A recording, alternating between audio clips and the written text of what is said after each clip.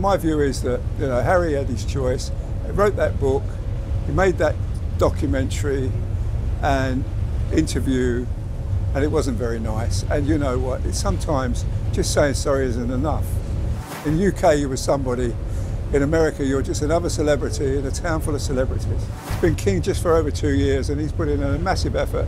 And I think most people appreciate that he's doing his very, very best to make this trip work. Welcome to Sydney. This is the latest episode of The Sun Show Royal Exclusive Down Under following the King and Queen's visit. I'm Matt Wilkinson, Royal Editor. With me, of course, is Arthur Edwards. As you can see, we're on a boat in Sydney Harbour. Now, we're doing this because the King and Queen are having a day off. They're having a bit of a rest. It's a bit of a slow start for the King and Queen after they arrived in Australia last night. But we were there at the airport, Arthur, and we saw Charles and Camilla get off those steps, walk down, take their first steps into Australia. How did they look for you after that 24-hour trip? There's a lot of talk about them being tired or having a slow start and having quite a short time here. How did Camilla look? I think Camilla looks, she's sparkling. I mean, she was, as she got in the car, she was smiling. Someone gave her a nice bouquet of flowers, and she was incredibly happy. The King, of course, had duty to do, to meet the Governor General and meet the VIPs, and he did it all. And of course, the Queen did as well. But the thing is, she just was always for these things. She always puts on her best smile. And of course, they were lucky. If they'd have come half an hour earlier, they'd have been caught in this enormous storm. Yeah. I mean, literally, my clothes were clinging to me with a damp because the rain and the wind. It was unbelievably. But it was a really British welcome, wasn't it? Oh, it was British welcome, yeah. And then about 5 minutes, finally the rain stopped, but for about 20 minutes it was torrential. There was thunder, there was lightning. I was worried if the plane could land. But it was a very British wet welcome. And then they went off to have a cup of tea. That's right, which is perfect. And this is the first time they've come to Australia as King and Queen. And I'm telling you, that's a big deal. And we'll just see how the Australians take it this week. I'll be reading the papers to see the leader column, see what it's the people's... absolutely everywhere. It's on all the Australian newspapers and all the networks. You can't miss it. No, but we need to get into a situation where it's been a slow start. We need to see them meet in the public and see the reaction, don't we? We need to see. And I wonder how it's playing back in the UK, because obviously we're 10,500 miles away. I mean, should people in the UK really care, be interested about this? We're going to do our best to really tell some good stories once it gets started. Once we get into it, we'll tell all the best stories and give the greatest coverage. But why should people who read The Sun, who follow the news, or just a partial kind of royal observer, why should they be interested in Charles and Camilla here in Australia? I think young people tend to think of them as being oldies, and maybe young people don't. But following up from Charles and Camilla, of course, is William and Catherine, and following up there will be George, and already William will be training George to one day be the king. So it's a succession. If young people got more interested, if they was, but we're going to make sure when they're looking at their phones, they're looking at us talking to them about how great Australia is and how great this King and Queen is, how great this royal couple are. Well, for me they are, especially because they only give, their only purpose in life is to do good for others, never for themselves. Never for themselves, and I mean that. And I've seen it for the last 40 years. I've seen this man tirelessly work for other people, for the benefit of others. And that's what he'll continue to do till the day he dies. I know, we really kind of sing his praise on his work. It often goes unheralded. You talked about young people there. I mean, a lot of younger people, maybe in Australia, look to the younger royals. How badly do you think, if it has been damaged at all, the reputation of the royals, what's happened with Harry and Meghan over the last 4 or 5 years, with everything that's been said and done? What's the feeling I get when I've been out? Honestly, I don't mind admitting it. I've been in quite a few pubs for the last 5 or 6 days. I've met quite a few people, and they all want to ask me about certain royals. That's what happens when you're a royal journalist. They say, what's the truth about this person? What's the truth about that person? And meeting ordinary Aussies, I found a lot of them have fallen massively out of favour with Harry and Meghan. Okay, I found that they were very much on William and Catherine's side, and I just wonder what the feeling you think from the Australians that you've met as to whether Harry and Meghan have damaged the kind of sparkle or the allure of the royal family the last couple of years. Well, I've been travelling around Australia this week, and I've talked to a few people, and of course, Harry and Meghan, they're not the number one on their list. But obviously, young people think Meghan is. I always believe that most people over 30 think that Harry and Meghan got it all wrong. People under 30 think she's been, they think she's lovely. and thinks she's been victimised. Well, you know, my view is that, you know, Harry had his choice. He wrote that book, he made that documentary and interview, and it wasn't very nice. And you know what? It's sometimes just saying sorry isn't enough. I hope one day, I always say this, I say it in everything I say, I'm right. I hope one day Harry comes back to UK, rejoins the royal family, because he was a great asset. He thought he was only the spare, but my God, when he went anywhere, the crowds were huge. When he came here, I can remember him crossing that harbour in a boat, Harry, and people sort of the quayside lining up, looking at him, watching him, and when we were walking down Circular Quay, and making kids laugh, and he was sensational. He did the fleet review here. I was on a boat with him, going down around the harbour. It was beautiful, his beautiful white uniform. Oh, it was just brilliant. And I just say, he was a great asset. So, you know, Harry, if you're watching this, you know, just have a think about it, mate, because in the UK you were somebody, in America you're just another celebrity in a town full of celebrities. And I'm afraid, you know, people were not liking what you did. Yeah, it was like after Charles and Camilla landed and they went for their cup of tea, they did light up the Sydney Opera House, and it was a really nice touch because they didn't do it during the coronation. And I seem to remember the local government or the local governors here got in trouble for not marking the coronation with pictures of the King. But that was really nice. It's 4 minutes long. The local Sydney taxpayers have paid for it. I don't think anyone can argue that it was a spectacular show. But we went down, there was lots of people there. What was the atmosphere like? Oh, yeah, it was wonderful. And I think the mood for this country, you know, there's a lot of talk of republicanism in this country, but looking at the latest figures, the people that are up for the Republic is only 33%. Now that's pretty impressive, because in other times I've been here, it's been as high as 40, 44. So that's really impressive. And I think, you know, the fact is the King is he's been King just for over 2 years, and he's put in a massive effort. And I think most people appreciate that he's doing his very, very best to make this this trip work. I mean, it's very short, and there's no evening engagements, but we've got to remember the King's recovering from this awful illness. What was your feeling on the ground? Like, I was out last night, there was lots of young people in Sydney, it was a Friday night, people were out having fun. Do you think people are aware that the King and Queen are here, or do you think they care? What's your feeling of meeting Aussies? Well, he's on every television screen, he's on every newspaper. I mean, they do give the royals great coverage here, and they devote a lot of airtime to it as well. So, you know, I think, look, he made this effort. I mean, he cancelled New Zealand, as we know, with doctor's orders, but he's come here, and today he's resting. You know, this is the first time I've ever known Prince Charles, when he came here, and I've been here many times with him, to actually have a rest day. He normally goes straight into the programme. How do you think he feels about that? Being told you've landed, he wants to go out and do work. You must be climbing up the walls, wanting to get out and see people. No? Well, the Queen recently said, if only you do what he's told, perhaps he's starting to do what he's told. Listen to the doctors, and maybe take note. But listen, we all want him to get better. I want him to come back to Australia again and again and again. I came here for the last visit of the Queen, 2011. Although no one said it was going to be her last visit, everybody had thought it would be, because she's well old, you know, she's in, I think, mid-80s.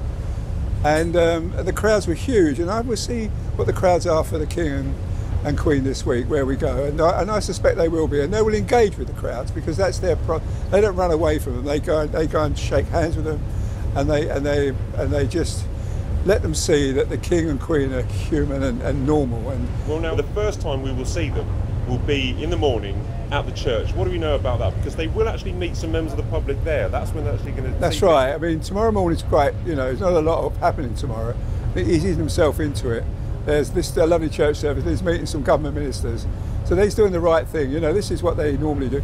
And I know he'll probably stand at Government House over here, and the Prime Minister's house is over there on the river. So it's a lovely view, isn't it? Absolutely, yeah.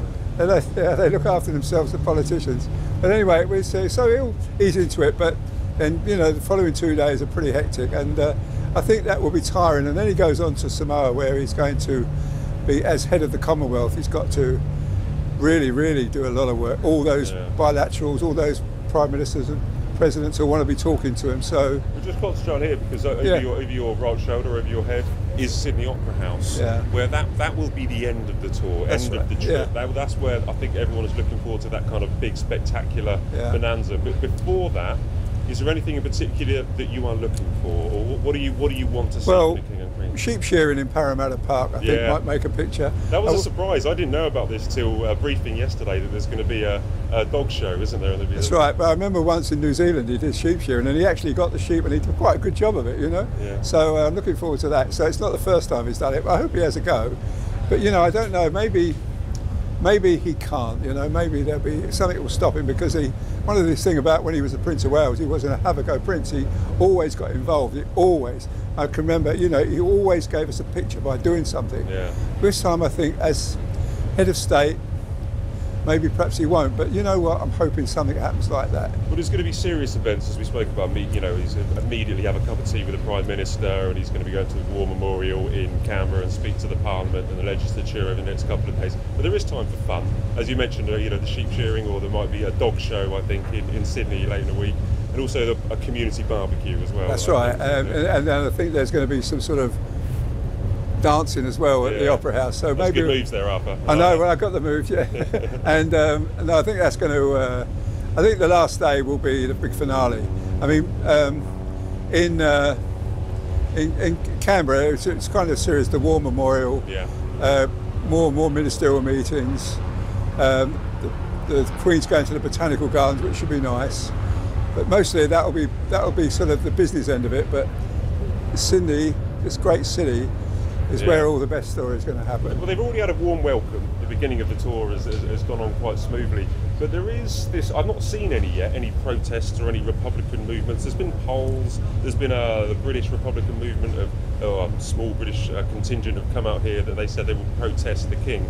Do you think that matters? Do you think that we might be going over troubled water in the next couple of days with any protests or anti-monarchy feeling, sentiment? I don't think it. I think it probably worries the organisers here. I don't think it worries him too much. I remember at Milton Keynes when they protested, and he just went over to them. Yeah. And you know, that kind of almost sort of, they just stopped in their tracks. You know, they felt a bit embarrassed by it all. And I've seen them outside of Westminster Abbey doing it.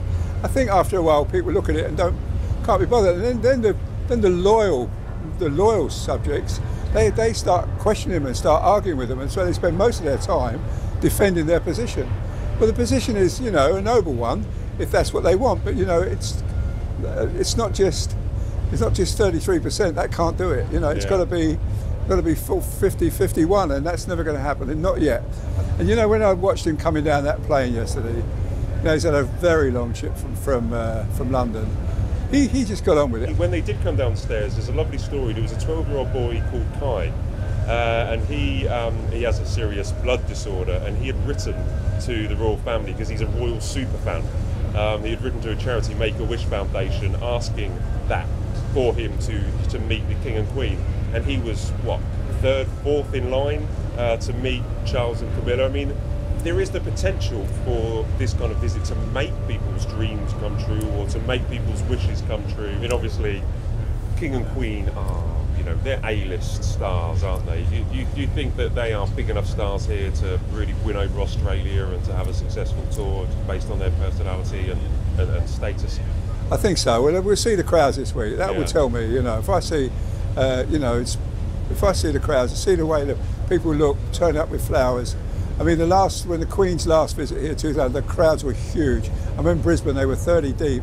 In Perth, the same. You know, it was just incredible. And I just see, you know, I mean, Prince Charles so far has had a great start. Is there any one engagement over the next couple of days that you maybe have a pool for, that you have the media pass to get into, or that you're going to be attending?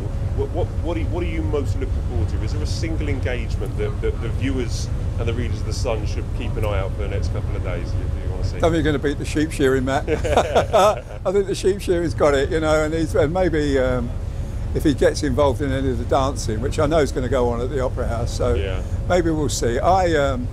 Look, Camilla is a great dancer. The King is a great dancer. I can tell you, they're really, if anything, nothing phases them. They just can do it. Oh, it's rocky on here. Yeah, now. A bit rocky. Yeah. Let's hope the trip's a lot smoother than this, eh? Exactly. I'm looking forward to the. He's going to meet two Australians of the Year. They're both doctors that have won Australian of the Year prize for their work with cancer. Now, I think the cancer they've worked on is not specifically the same, or not the identical as the King's speech, but I think that's going to be a really poignant moment, because it has been a difficult year for the King. He has, you know, as we say, dedicated himself to the job and decided to come back to work as soon as he possibly could and come all the way to Australia. Yeah. But he's going to meet these two people. I think it's going to be a really poignant, kind of little calmer, kind of more sensible time amid all the chaos. So I'm looking forward to that one. Oh yeah, and I'd be interested to see the conversation, and the King would be much a listener there rather than asking questions. I'm sure he will listen to what they've got to say.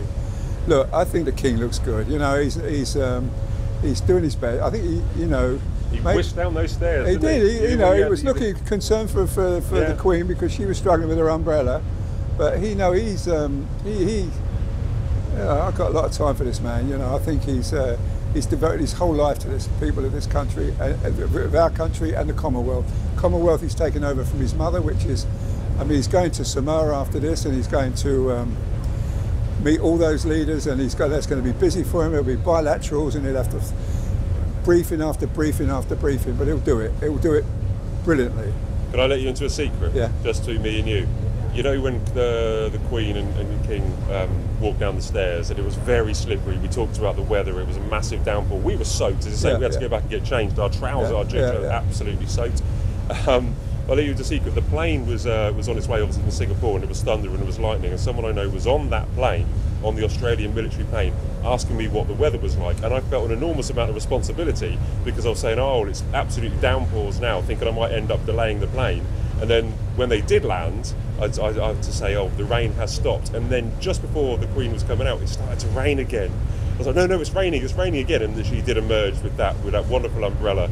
And what I like about that umbrella, I don't think I've ever got into umbrellas as much as this, but what I loved about the umbrella was the fact that you could see inside the umbrella. It wasn't like a top. No, she always chose an umbrella where you could actually see the Queen's face, and she was smiling, she was radiant, and she wanted to be seen, and she came down ever so slowly to make sure she had a very dignified and classy entrance into Australia. Yeah, she that umbrella, she always uses that. Yeah. I think there's a firm that's got the royal warrant for those umbrellas. It's a really smashing. If she does that, she realises people have come to see her. Well, thanks so much, Arthur. Well, that's all we've got time for today. I hope that our conversation hasn't distracted you from the wonderful scenery behind us, but here we are in Australia. We will keep on bringing you more updates when the King and Queen finally start their engagements, which begin on Sunday morning. So stay tuned to the Sun Show Royal exclusive for more news.